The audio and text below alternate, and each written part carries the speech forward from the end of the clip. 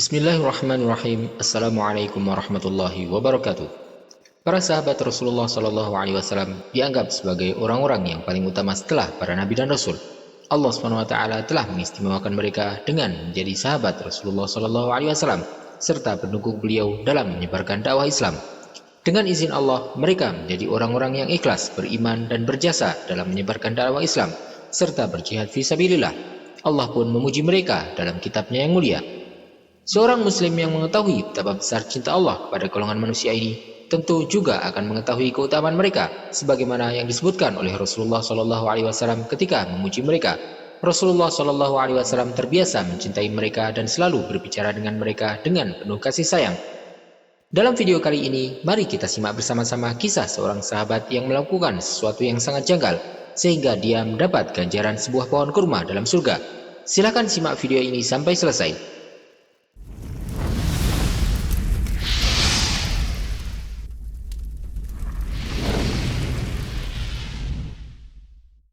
Dia adalah Abu Dahdah Al-Ansari yang termasuk orang yang paling cepat merespon seruan Rasulullah SAW. Disebutkan bahwa pada suatu hari ada seorang anak yatim berselisih dengan salah seorang sahabat yang memiliki sebuah pohon kurma. Anak yatim tersebut ingin membangun sebuah pagar di sekitar pohon kurma tersebut. Namun pohon kurma itu menghalangi pembangunan pagar. Maka pergilah si anak yatim menghadap Rasulullah SAW untuk mengadukan hal tersebut. Rasulullah SAW kemudian meminta kepada sahabat untuk menggeser pohonnya, namun ia menolak. Lalu Rasulullah SAW meminta kepadanya untuk menghibahkan pohon tersebut kepada si anak yatim, namun ia pun juga menolak. Terakhir Rasulullah SAW memberikan iming-iming kepadanya berupa sebuah pohon kurma di surga sebagai pengganti baginya, namun ia pun tetap menolak. Abu Dahdah radhiyallahu anhu menyaksikan apa yang terjadi, dan ketika ia melihat si pemilik pohon kurma menolak pahala ganjaran yang ditawarkan oleh Rasulullah SAW, ia merasa ingin meraih ganjaran tersebut.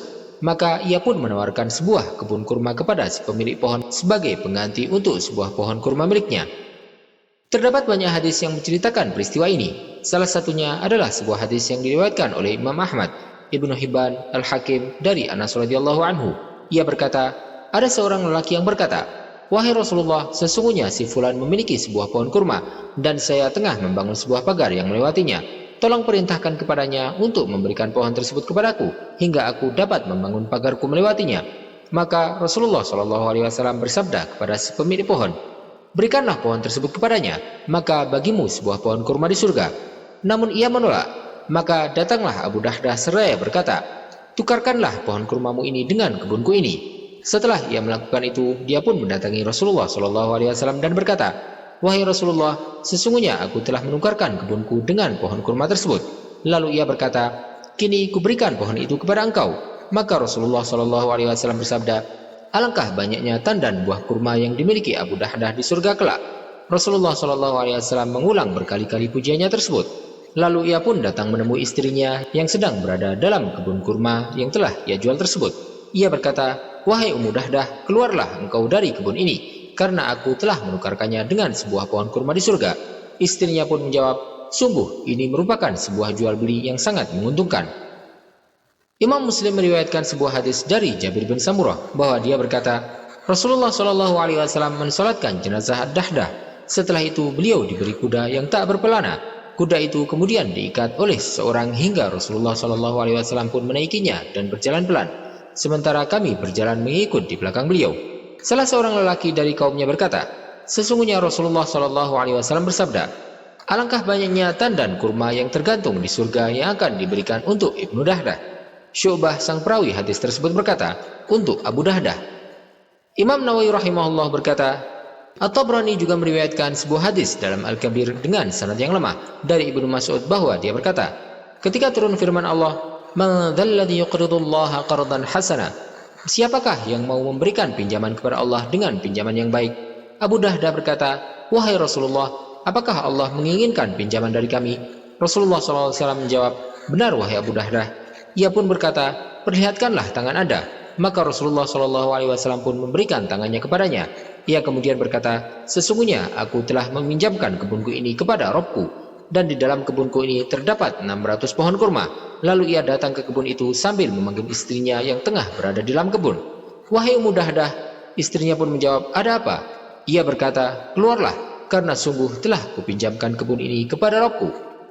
Abu Dahdah juga pernah meriwayatkan dari Rasulullah SAW sebuah hadis yang diriwayatkan oleh Abu Nuaim yang bersumber dari jalur Fudail bin Iyad, bahwasanya Abu Dahdah berkata kepada Muawiyah, aku mendengar Rasulullah SAW bersabda, barang siapa yang menjadikan dunia sebagai tujuannya, maka Allah mengharamkannya untuk berada di sisiku, karena aku tidak diutus untuk memakmurkan dunia.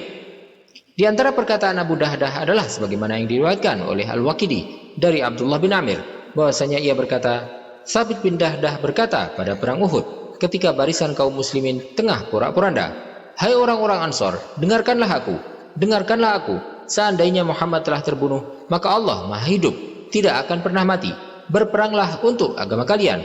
Maka tergugahlah beberapa orang dari Ansor, mereka pun berangkat bersama Abu Dahdah, namun mereka bertemu dengan sebuah pasukan lengkap Quraisy yang di dalamnya terdapat Khalid bin Walid, Amr bin As, dan Ikrimah.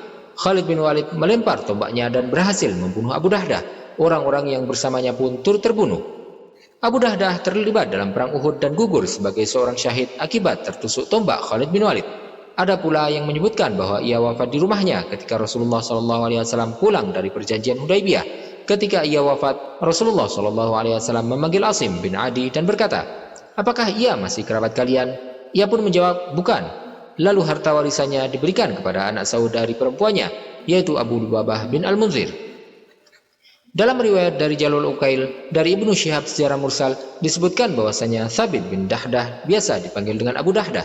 Ia wafat ketika Rasulullah SAW masih hidup. Disebutkan dalam biografinya bahwa ia terluka di perang Uhud. Beberapa pendapat menyebutkan bahwa ia wafat di perang Uhud karena luka tersebut, sementara yang lain menyebutkan bahwa ia wafat beberapa saat setelah perang Uhud. Pendapat terakhir inilah yang dianggap sebagai pendapat yang lebih kuat.